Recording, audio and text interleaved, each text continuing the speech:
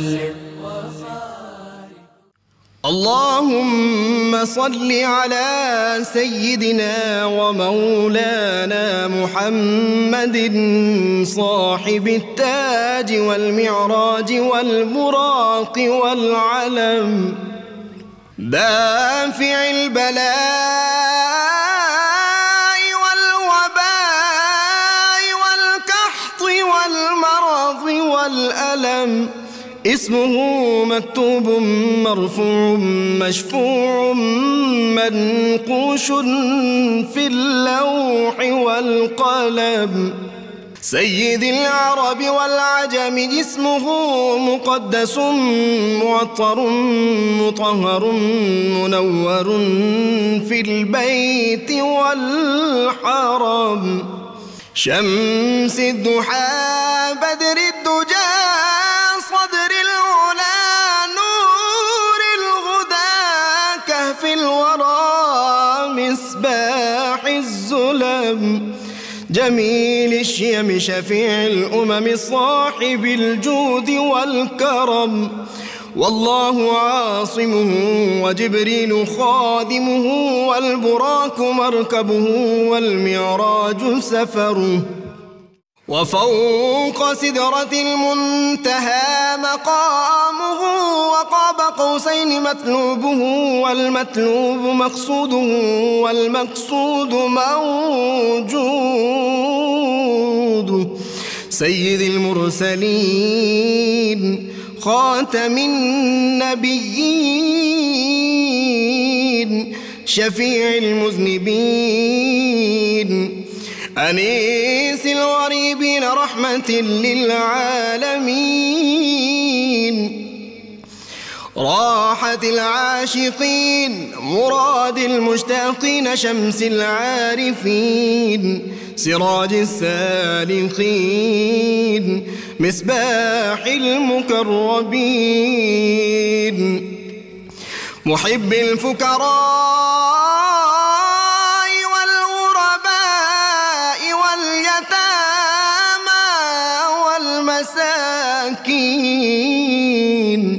سيد الثقلين نبي الحرمين إمام القبلتين وسيلتنا في الدارين. صاحب قاب قوسين محبوب رب المشرقين ورب المغربين. جد الحسن والحسين مولانا ومولى الثقلين. سيدنا أبي القاسم محمد بن عبد الله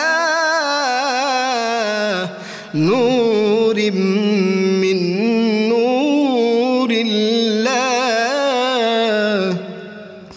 يا أيها المشتاقون بنور جماله بلغ العلا بكماله كشف الدجى بجماله حصنت جميع خصاله. صلوا عليه وآله وأصحابه وسلموا تسليما. سيدنا ومولانا محمد. بسم اللہ الرحمن الرحیم. السلام علیکم ناظرین. پروگرام صبح نور کے ساتھ آپ کا میزبان نذیر احمد غازی حاضر ہے. ناظرین کرام، حضرت ابو انیس محمد برکت علی صاحب رحمہ اللہ کی مشہور تالیف اسماء النبی الکریم صلی اللہ علیہ وآلہ وسلم سے ایک اسم مبارک پڑھنے کی سعادت حاصل کر رہا ہوں. سیدنا الشفیع صلی اللہ علیہ وآلہ وسلم، ہمارے سردار شفاعت فرمانے والے، درود و سلام بھیجے اللہ آپ صلی اللہ علیہ وسلم، آپ کی آل پاک اور آپ کے صحابہ کرام پر. حضرت عبادہ بن صامت رضی اللہ عنہ سے روایت ہے کہ نبی کریم صلی اللہ علیہ وسلم نے ارشاد فرمایا، میں قیامت کے دن لوگوں کا سردار ہوں گا، اور یہ بات میں فخر سے نہیں کہہ رہا. اور فرمایا بروز قیامت تمام لوگ میرے جھنڈے کے نیچے جمع ہوں گے اور میں حمد کا جھنڈا لے کر چلوں گا. تمام لوگ بھی میرے ساتھ چلیں گے حتیٰ کہ میں اللہ کی بارگاہ میں سجدہ ریز ہو جاؤں گا اور بخشش کی شفاعت کروں گا. غیب سے ندا آئے گی، اے میرے پیارے حبیب مکرم صلی اللہ علیہ وآلہ وسلم، اپنا سر اقدس سجدے سے اٹھائیے آپ کی شفاعت قبول ہو گئی ہے۔ ناظرین کرام، آج ہم ایک ایسی بزرگ ہستی کا ذکر پاک کرنے جا رہے ہیں، ایک ایسے صوفی کا، ایک ایسے درویش کامل کا، ایک ایسے ولی کامل کا کہ جن کا نام جب آدمی لیتا ہے تو قلب پہ ایک خاص کیفیت طاری ہوتی ہے، زبان کو ایک چاشنی نصیب ہوتی ہے، اور ادیب اور شاعر لوگ جب یہ نام سنتے ہیں تو ان کو یقیناً ایک خاص لذت محسوس ہوتی ہے۔ اس میں نام کی بھی ایک خاص کیفیت ہے، اور کیوں نہ ہو ان کا سلسلہ اوپر جو جاتا ہے، یہ جو روحانی وارث ہیں جس سلسلے کے، ان کا نام بھی خواجہ غریب نواز خواجہ معین الدین چشتی اجمیری تھا، اور ان کا نام نامی اس میں گرامی خواجہ حضرت خواجہ سید محمد بندہ نواز گیسو دراز رحمۃ اللہ علیہ۔ ناظرین کرام، 125 کتابوں کے مصنف اور فتوحات مکیہ اور فصوص الحکم پہ اپنے دور میں اتھارٹی سمجھے جاتے تھے۔ نہ صرف اپنے دور میں، آج تک بھی جب کوئی فتوحات مکیہ کی بات کرتا ہے، شیخ اکبر کی جو کتب ہیں وہ اتنی دقیق ہیں، اتنی مشکل کتابیں تصوف کی دنیا میں سمجھی جاتی ہیں، اور جب یہ ان کو بیان کرتے تھے تو اس دور کے بڑے بڑے جو صوفیاء کرام تھے وہ بھی ان کے سامنے آ کے کہتے تھے کہ میاں اس کتاب کے بارے میں ہم تو کچھ اور سوچتے تھے، آپ نے ہمیں مسلمان کر دیا۔ ان کے جو بڑے رموز کی باتیں تھیں، جو اسرار تھے تصوف کے بڑے گہرے باریک اسرار، وہ یہ بیان کیا کرتے تھے۔ اور خود یہ کتنی بڑی بات ہے کہ ان کے شیخ مکرم حضرت نصیر الدین چراغ دہلوی رحمۃ اللہ علیہ فرمایا کرتے تھے کہ 70 برس کے بعد ایک لڑکے نے مجھ میں پھر شوریدگی پیدا کر دی ہے، اور وہ پہلے دور کو یاد کروا دیا اس نے۔ ناظرین کرام، اتنی بڑی شخصیت ہے، اور سادگی کا یہ عالم تھا کہ اپنے مریدوں کو کہا کرتے تھے کہ یہ خاص وضع کتھا نہ بنائیں، رنگ برنگی ٹوپیاں بڑی پہن کے، خاص قسم کی پگڑیاں، خاص قسم کے کپڑے نہیں، عام لوگوں کی طرح سادہ لباس پہنا کرو، اور توبہ پہ اور مخلوق خدا کی خدمت پہ بہت زور دیتے تھے۔ ان کی خانقاہ میں آنے والے لوگوں سے یہ نہیں پوچھا جاتا تھا تمہارا مذہب کیا ہے، تمہارا مسلک کیا ہے، تمہارا علاقہ کیا ہے، تمہاری زبان کیا ہے، تمہارا رنگ کیا ہے۔ اللہ تعالیٰ نے ان کو یہ بھی صلاحیت دی تھی کہ مختلف علاقوں سے آنے والے لوگ جب ان سے بحث و تمیز کرتے تھے، یہ ان سے انہی کی زبان میں بھی بات کیا کرتے تھے، اور جو دین اسلام کے خلاف دیگر مذاہب کے لوگ تھے ان سے ان کے بڑے مارکۃ الآراء مناظرے بھی ہوئے، اور علمی سطح پہ بھی اللہ تعالیٰ نے ان کو بہت زیادہ محبوبیت عطا کی تھی۔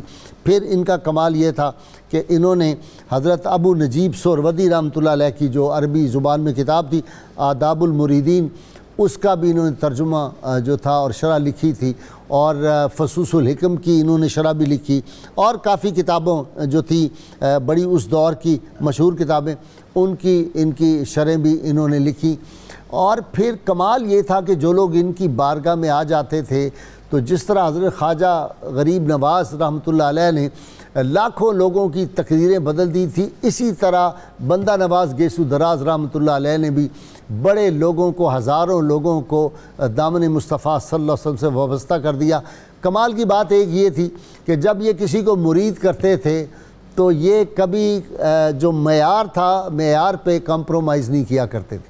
پہلے 15 شرائط تھی کہ یہ شرط پوری کرو گے تو پھر میں، یہ تعداد مریدین کی جو ہے یہ تو آج کے دور کی بیماری ہے، اس دور میں نہیں تھی۔ وہ کہتے تھے پہلے یہ شرائط پوری کرو، اور پھر توبہ کے معاملے میں بہت سختی فرماتے تھے کہ جب کوئی رسول اللہ صلی اللہ علیہ وسلم کا امتی سچے دل سے، صدقے دل سے توبہ کر لیتا ہے تو پھر وہ مٹی کو ہاتھ لگائے تو وہ سونا بن جاتی ہے، وہ مستجاب الدعوات بن جاتا ہے۔ اس لیے انسان کو سب سے پہلے صدقے دل سے توبہ کرنی چاہیے، اور مخلوق خدا کی خدمت کا جذبہ ہونا چاہیے۔ اکثر اوقات اپنی محفل میں جو تھا حضرت فضیل بن عیاض رحمۃ اللہ علیہ کا واقعہ سنایا کرتے تھے کہ جب انہوں نے توبہ کی تو ایک یہودی کے پاس گئے معافی لینے کے لیے کہ میں نے ڈاکہ ڈالا تھا، تمہارا مال لوٹا تھا، میں سارا مال تو واپس نہیں کر سکتا، کچھ مال واپس کرتا ہوں اور ساتھ تم مجھے معاف کر دو۔ تو اس نے سامنے مٹی کا ایک بہت بڑا ڈھیلا یا پتھر پڑا ہوا تھا، اس نے کہا وہ ذرا اٹھا کے میرے پاس لائیں۔ تو یہ تو پہلوان بھی تھے اپنے وقت کے، گئے اور وہ اٹھا کے لائے، تو دیکھا جب اس کو کپڑے میں سے نکال کے تو وہ مٹی کا جو بڑا ڈھیلا تھا وہ سونا بن چکا تھا۔ تو انہوں نے کہا یہ بات کیا ہے، مجھے سمجھ نہیں آئی۔ اس نے کہا ہماری کتب میں لکھا ہوا ہے، پرانی کتابوں میں، جب کوئی محمد عربی صلی اللہ علیہ وسلم آخر النبیین خاتم النبیین جو نبی ہوں گے، ان کا کوئی امتی صدق کے دل سے توبہ کرے گا، وہ مٹی کو ہاتھ لگائے گا سونا بن جاتی۔ تو فرمایا کرتے تھے کہ صدق کے دل سے اللہ کی بارگاہ میں آدمی کو اپنی لغزشوں کی توبہ کرنی چاہیے۔ ناظرین کرام، ان کے علمی مقام کیا تھا؟ اس دور کے سارے صوفیاء کرام جو تھے، ان کے جو ہم اثر تھے، کیسے کیسے لوگ تھے۔ ایک کہکشاں صفت جو تھی وہ اس دور کی محفل تھی۔ یہ 8ویں صدی ہجری کتنی رچ تھی اس معاملے میں، اور یہ وہ ہستیاں تھیں جنہوں نے لوگوں کے قلوب کو بھی زندہ کیا اور جن کی روحوں کو بھی منور کیا، اپنی نگاہوں سے بھی، اپنی زبان سے بھی، اپنے کلمات سے بھی، اپنی کتابوں سے بھی، اور اپنے فیوز و برکات جو تھے وہ اس معاشرے میں اس طرح فراخ دلی سے بانٹے کہ آج یہ اسی کا ثمر ہے کہ یہ بر صغیر پاک و ہند میں جو کلمہ گو لوگ آپ کو نظر آتے ہیں، اور اللہ کے فضل و کرم سے آج ہم کروڑوں کی تعداد میں ہیں، یہ ان صوفیاء کرام کا فیض ہے۔ اور اس پہ 2 کتابیں میں اپنے ناظرین کو ضرور ریکمینڈ کروں گا۔ ایک دی چشتیز منیرہ ہائری کی جو ہالینڈ سے آئی تھی، اور بابا فرید گنج شکر رحمۃ اللہ علیہ کہ مزار پاک کا یہ فیض تھا کہ وہ پھر مسلمان ہو گئی، اس نے زبردست کتاب لکھی دی چشتی، جس کو آکسفورڈ نے شائع کیا۔ اور حضرت بابا فرید گنج شکر رحمۃ اللہ علیہ کا فیض تو آپ نے اب بھی اس دور میں بھی دیکھا ہے کہ جو آدمی جا کے ان کی چوکھٹ کو چومتا ہے، پاکستان کا پھر بہت بڑا عہدہ اس کو نصیب ہو جاتا ہے۔ یہ عقیدت ان بزرگوں کی ہے، جو ان سے عقیدت رکھتے ہیں ان کو یہ بہت مقامات عطا کر دیتے ہیں۔ اور جو جگہ ٹیسٹ لگاتے ہیں داتا صاحب پہ، ان کا جو حشر ہوتا ہے آپ سب اس کے گواہ ہیں۔ میں اس پہ کوئی زیادہ تبصرہ نہیں کرنا چاہتا، لیکن یہاں یہ ایک بات کہہ دوں پہلے اس کے کہ حضرت بندہ نواز گیسو دراز کی حیات، تعلیمات، شخصیت، ان کے کرامات پہ گفتگو کی جائے کہ جو نئی آنے والی حکومت ہے، خدا کے لیے پیرنی صاحبہ بھی اگر میرا پروگرام سن رہی ہو، میرا ان کو بھی پیغام ہے، اپنے شوہر نامدار کو کہہ دیں کہ داتا صاحب سے جگہ ٹیکس پہلا آرڈر یہ ہونا چاہیے آگ ختم کریں۔ دوسرا، جو لوگ عمرہ کرنے کے لیے جاتے ہیں صرف پاکستان کے لوگوں سے 2000 جو ریال ہے وہ زیادہ لیا جاتا ہے، نہ ہندوستان کے لوگوں سے، نہ بنگلہ دیش کے، نہ امریکہ سے آنے والوں سے، نہ برطانیہ سے آنے والوں سے۔ یہ صرف پاکستان کے ساتھ ہی کیوں خصوصیت ہے، حالانکہ پاکستان نے ہر موقع پہ سعودی عرب کا ساتھ دیا ہے۔ تو میری آنے والی حکومت سے یہ بھی گزارش ہے کہ عاشقان مصطفیٰ صلی اللہ علیہ وسلم وہ در آقا کی چوکھٹ کو جا کے جو چومنا چاہتے ہیں، ان پہ یہ جگہ ٹیکس جو ہے 2000 ریال والا، یہ بھی ختم کرانے کے لیے حکومت پاکستان کو کہنا چاہیے کہ ہم انڈیا سے بھی پیچھے ہو گئے ہیں، ہم دیگر ممالک سے بھی پیچھے ہو گئے ہیں، تو یہ بھی ختم ہونا چاہیے۔ مجھے لوگوں کے بہت زیادہ خطوط آتے ہیں، میں نے ضروری سمجھا کہ میں اس پہ بھی بات کر لوں۔ میرے ساتھ آج شریک گفتگو آج کے موضوع کے حوالے سے حضرت بندہ نواز گیسو دراز رحمۃ اللہ علیہ پہ چشتی اسکالر میرے رضا الدین صدیقی صاحب، آپ چشتی ہیں نا؟ جی میں نے ٹھیک کہا نا جناب؟ جی، ان کے ساتھ آپ بابا جان سے واقف ہیں، جناب پیر انوار حسین جلوانوی، یہ بھی شاعر ہیں، ادیب ہیں، اور قادری چشتی سلسلہ بھی ان کا ہے، اور ان کے ساتھ تشریف فرما ہیں جناب ڈاکٹر سعید احمد سعیدی، ایک یونیورسٹی کے شعبہ کے صدر نشین ہیں۔ یہ بھی چشتی ہے نا آپ بھی؟ جی سر، چشتی۔ کمال ہو گیا، آج ایک قادری بیچ میں، لیکن چشتی ذوق والا، اور 2 خالص چشتی آج میرے ساتھ ہیں۔ چشتی اور قادری کا سلوک ملتا ہے آپس میں۔ اوپر تو سب فیض غوث پاک کا ہے، نیچے بھی ملتا ہے، نقش بندیوں کو بھی وہاں سے فیض ملا، چشتیوں کو بھی ملا، سہروردیوں سے بھی ملا، وہ تو سارے اور اوپر جا کے تو پھر سب ایک 5 دریا جو ہیں وہ جا کے سمندر میں ہی گرتے ہیں۔ جی جناب، حضرت بندہ نواز گیسو دراز۔ حضرت بندہ نواز گیسو دراز نام ہی ایسا ہے کہ زبان سے ادا ہو تو ایک مستی سی طبیعت پہ طاری ہوتی ہے جی، اور کیا خوبصورت شخصیت ہیں۔ 8ویں صدی ہجری، اور ایک ایسی صدی ہجری ہے کہ روحانیت کے اعتبار سے نہایت زرخیز صدی۔ ٹھیک، یہاں پہ ہم دیکھتے ہیں کہ ایک طرف حضرت بہاؤالدین نقشبند ہیں، شاہ ہمدان اسی ہیں، حضرت مخدوم جہانیہ جہاں گشت ہیں، شرف الدین یحییٰ منیر قصبہ ہے۔ اچھا، اور ہم آج تک منیری پڑھتے رہے ہیں۔ جی، میں بھی یہ پڑھتا رہا۔ امریکہ میں مجھے انڈیا کے بہار کے کچھ دوستوں نے بتایا کہ یہ منیر قصبہ ہے۔ اچھا اچھا، جی، چونکہ وہ مقامی لوگ ہیں نا، ان کی بات زیادہ پھر مصدقہ ہے۔ منیری ہوں گے، ویسے منیری تھے۔ جی ہاں، میں خود انہیں منیری ہی پڑھتا رہا مانی اعتبار سے جی ہاں، تو منور لوگ منیری ہیں۔ منیری ہیں۔ تو اسی طرح مخدوم محمد اشرف جہانگیر سمنانی رحمۃ اللہ علیہ اور بندہ نواز گیسو دراز سے ان کی ملاقات بھی ہے. وہ فرماتے ہیں کہ میں اپنی زندگی میں بے شمار اولیاء اور علماء سے ملا ہوں، لیکن جو حقائق و معرف حضرت بندہ نواز گیسو دراز کو پتہ ہیں اور وہ بیان کرتے ہیں، ایسا کوئی شخص میں نے نہیں دیکھا. اور یہ خود بندہ نواز گیسو دراز رحمۃ اللہ علیہ نے ایک مقام پہ ارشاد فرمایا کہ اللہ تبارک و تعالیٰ کا مجھ پہ خاص کرم ہے کہ جو کیفیات ہیں نا انہیں میں جس طرح بیان کر لیتا ہوں شاید کوئی اور بیان کرے. اور بہت سی چیزیں حضرت نصیر الدین چراغ دہلی رحمۃ اللہ علیہ کے آپ مرید ہیں، خلیفہ اجل ہیں، اور بلکہ ان کے تمام خلفاء میں سب سے زیادہ مشہور خلیفہ یہی ہیں اور فیضان کے وارث ہیں. محمد تغلق نے ایک موقع پہ دلی کے جو اکابر مشائخ اور علماء تھے انہیں کہا کہ یہاں سے کوچ کر جاؤ، اور ایک نیا شہر اس نے آباد کیا، دولت آباد. یہ ان کے والد محمد سید محمد یوسف جو کہ اسی سلسلے کے مرید ہیں، وہ بھی وہاں تشریف لے گئے، وہیں ان کا تولد ہوا. بچپن میں اپنے والد گرامی سے حضرت نصیر الدین چراغ دہلی کا تذکرہ بہت عقیدت سے ادب سے سنتے تو دل میں ایک محبت پیدا ہو گئی. اس روز سے میں تیرا پرستار حسن ہوں، دل میرا آشنائے محبت بھی جب نہ تھا.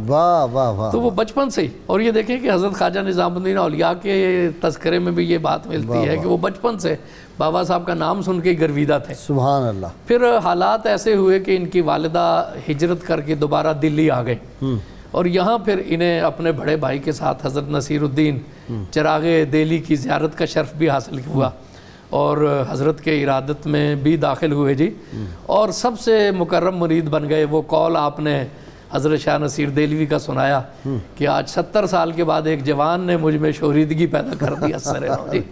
اور انہوں نے ان کی گوناگون صلاحیتوں پہ کی بڑی قدردانی آپ یوں کہیں یا اس کی بڑی نگہداشت فرمائی. یعنی شیخ اپنے مرید کا عاشق ہو گیا، مرید کا عاشق ہو گیا اس طرح کی بات. جی بابا جی ذرا ایک بات بتائیں، ان کو گیسو نواز بندہ نواز گیسو دراز کیوں کہتے ہیں؟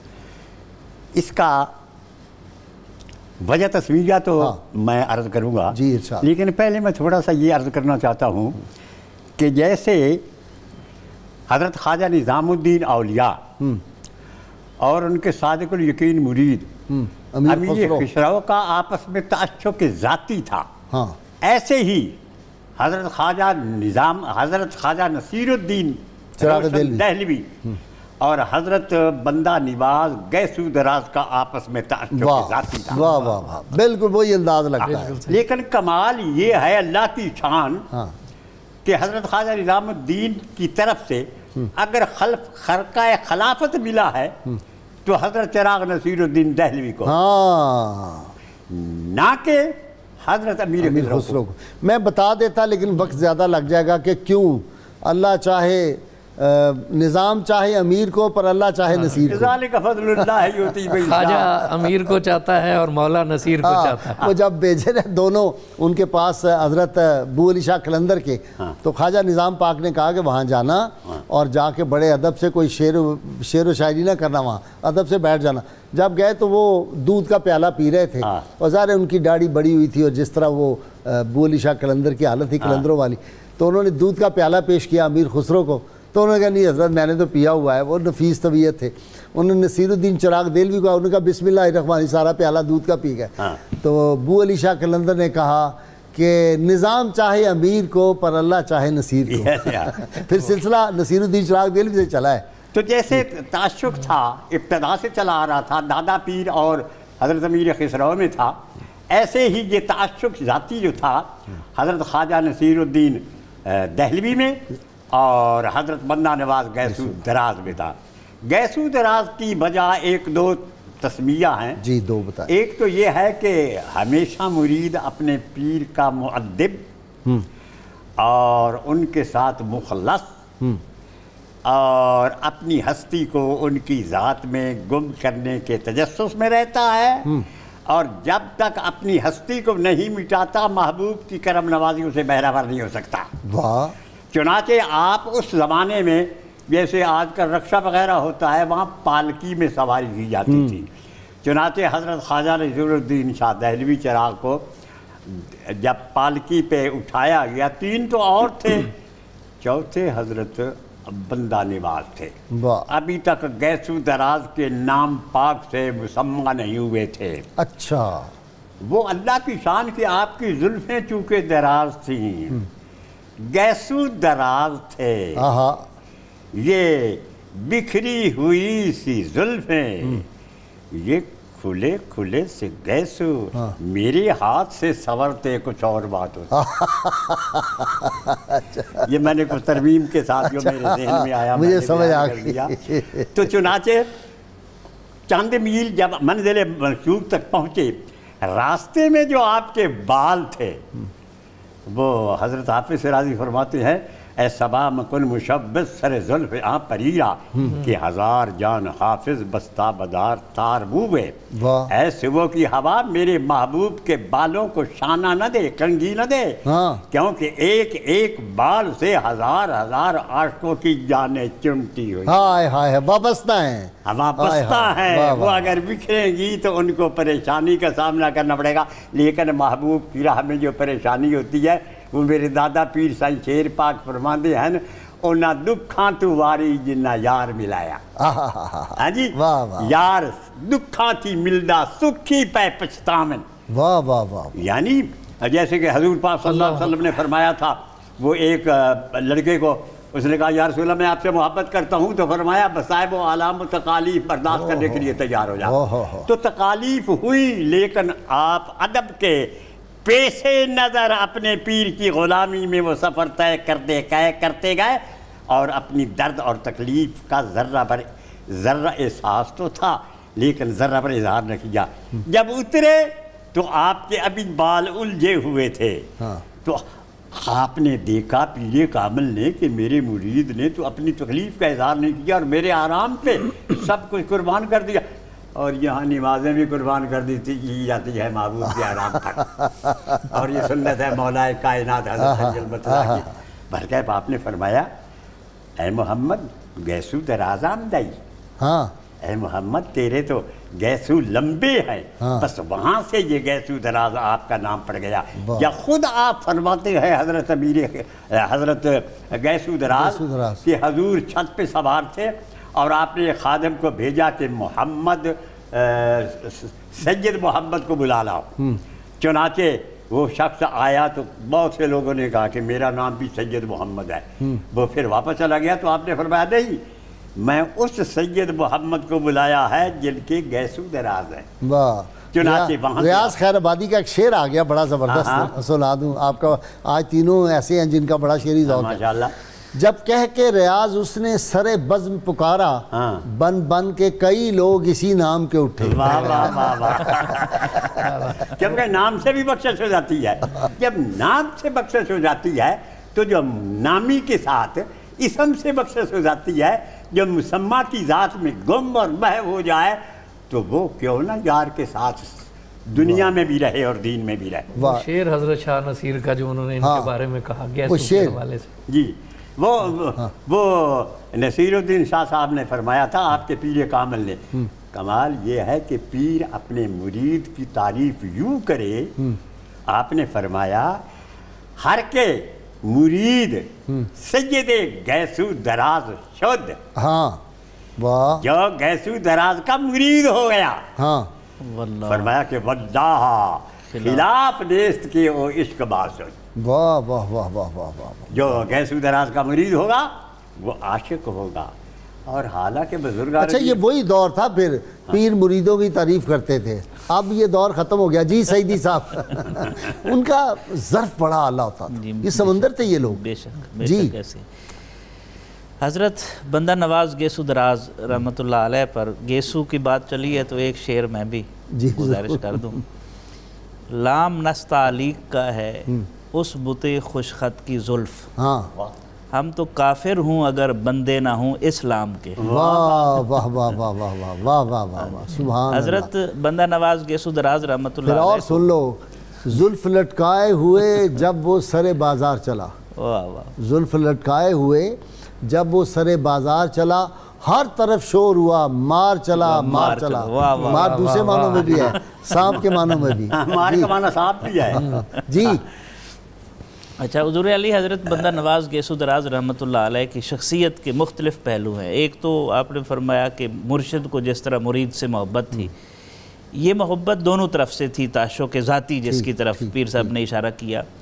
جب آپ نے اپنے مرشد کریم کو غسل دیا، جنازے کی چارپائی اٹھائی، تو اس چارپائی کی وہ جو بان تھا، وہ دھاریاں رسیاں جو تھیں وہ نکالی اور گلے میں ڈالی اور فرمایا کہ یہ میرا خرقہ خلافت ہے. واہ واہ، یعنی اپنے مرشد کریم سے محبت کا کمال اظہار کیا. واہ واہ واہ، سبحان اللہ. اچھا، ایک اور پہلو بڑا دلچسپ ہے جو ہمارے اس دور میں بدعقیدگی بڑھتی ہوئی جب دکھائی دے رہی ہے، تو صوفیاء کی خانقاہوں نے اور صوفیاء نے ہمیشہ توازن کی بات کی ہے. ٹھیک. آپ کی تعلیمات میں سے ایک تعلیم جو ہمیں ملتی ہے، مثلاً حضرت بندہ نواز گیسو دراز رحمۃ اللہ علیہ فرماتے ہیں 4 خصوصیات کم ہی ایک شخص میں اکٹھی ہوتی ہیں. اللہ تعالیٰ نے یہ 4 میری شخصیت میں اکٹھی کر دی ہیں. سبحان اللہ. ایک یہ کہ بندہ فقیہ صوفی ہو اور سنی سید ہو. واہ. یہ 4 خصوصیات ہیں جس میں کم اکٹھی ہوتی ہیں. اللہ نے مجھے فقہ کی نعمت بھی دی ہے، تصوف کی نعمت بھی دی ہے. سبحان اللہ. اور امام مالک کا قول اکثر ہم کوٹ کرتے ہیں کہ جو آدمی من تفقہ ولم یتصوف فقط تفسق، کہ جو فقہ کا علم حاصل کرے اور تصوف سے بے بہرا ہو، اس کے فاسق ہو کر مرنے کا خطرہ ہے. ومن تصوف ولم یتفقہ فقط تزندق، اور جو تصوف کا مدعی ہو اور فقہ سے شریعت سے بے بہرا ہو تو اس کے زندیق ہو کر مرنے کا خطرہ ہے. ومن جمع بینہما فقط تحقق، اور جو ان دونوں کا جامع ہو جائے وہ حقیقت تک پہنچنے والا ہے. تو آپ فرماتے ہیں کہ فقی اور صوفی ہونا یہ میرے اندر موجود ہے. دوسرا سنی اور سید ہونا یہ بھی میرے اندر موجود ہے. ایک قول آپ کا بڑا دلچسپ ہے عقیدے کے حوالے سے. کسی نے آپ سے یہ پوچھا کہ خلافت کی جو ترتیب ہے، آپ تو سید ہیں، حسینی ہیں، تو آپ کے نزدیک کیا ہے؟ آپ نے فرمایا خلافت کی وہی ترتیب ہے جو حضرت ابوبکر صدیق سے شروع ہوتی ہے اور حضرت علی المرتضیٰ پہ جو ہے چوتھے خلیفے تک وہ منتج ہوتی ہے. اور اس کی ایک میں نے درویش سے سوال کیا تو انہوں نے بڑا خوبصورت جواب دیا، حکیم محمد عنایت خان قادری رحمۃ اللہ علیہ سے. میں نے یہ پوچھا یہ کیسے ہے خلافت؟ شاہ ولی اللہ کا دل بھی اسی طرف مائل تھا. گو انہیں حکم ہوا تھا کہ شاہ ولی اللہ نبی رحمت صلی اللہ علیہ وسلم نے حکم دیا تھا کہ وہ جو خلافت کی ترتیب ہے اسی کو فالو کرنا ہے. تو انہوں نے فرمایا دیکھیں، اگر حضرت علی المرتضیٰ رضی اللہ عنہ کو خلیفہ بنایا جاتا سب سے پہلے تو علیکم بسنتی و سنت الخلفاء راشدین المہدیین پر کیسے عمل ہوتا؟ تو پھر حضرت علی المرتضیٰ ہی خلیفہ ہوتے. یہ دیکھیں، پہلے حضرت ابوبکر صدیق خلیفہ بنے، وصال فرمایا، پھر حضرت فاروق اعظم خلیفہ بنے، ان کی شہادت ہوئی، پھر حضرت عثمان غنی بنے، پھر ان کی شہادت ہوئی، پھر مولا کائنات. کیا جی حدیث پاک بھی اس میں سے بھی لوگ نکالتے ہیں نا نقطہ کہ خیر القرون کرنی، تو وہ کہتے ہیں خیر القرون کرنی سے مراد قاف صدیق اکبر کا، رے عمر کی آخری رے، اور نون جو ہے عثمان کی نون، اور یہ جو ہے وہ یا وہ حضرت علی کی آخری. مجھے بریک لینی ہے ناظرین کرام، بہت مختصر سی بریک، اور میرے ساتھ کالر بھی میرے انتظار میں ہیں اور باتیں ہو رہی ہیں بندہ نواز گیسو دراز کی. اور جب ان کا ذکر پاک ہوتا ہے تو ایسے ہی لگتا ہے وہ محفل کی صدارت کر رہے ہیں اور ان کے سامنے ہم ان کے تذکار پاک کر رہے ہیں. یقیناً ان کی روح فرح و شادہ ہوگی اور خواجہ غریب نواز بھی خوش ہو رہے ہوں گے، نصیر الدین چراغ دہلوی بھی. تو ہم بریک لے رہے ہیں، ہمارے ساتھ رہیے گا.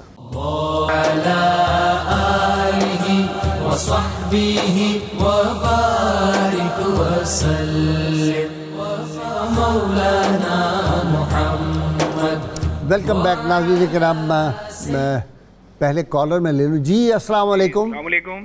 جی وعلیکم السلام. کون صاحب؟ شکور خان عیسیٰ خیل سے. جی جی جناب.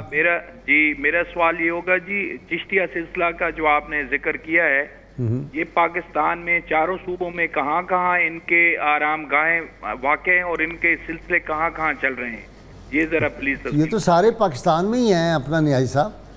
آپ کا خیر سوال مزارات کے حوالے سے ہیں تو وہ ماشاءاللہ مزارات بھی سارے پاکستان میں چشتیوں کے.